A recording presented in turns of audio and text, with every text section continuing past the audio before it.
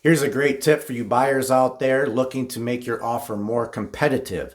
When it comes to a home inspection, I always recommend that my buyers get a home inspection so that you have a third-party report on what items need to be addressed or possibly looked at in the future. You want that report so that you know what you're dealing with. But in a competitive market, sellers are afraid that the buyers may want to negotiate money off of the house.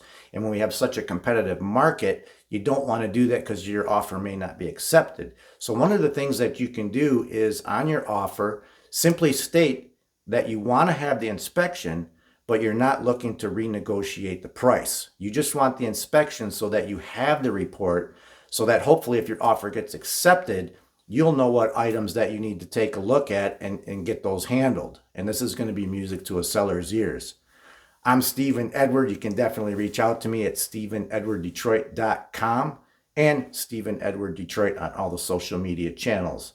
If you're looking to buy or sell in the near future, definitely get a hold of me, and I look forward to talking to you about your options. I'll see you on the next video.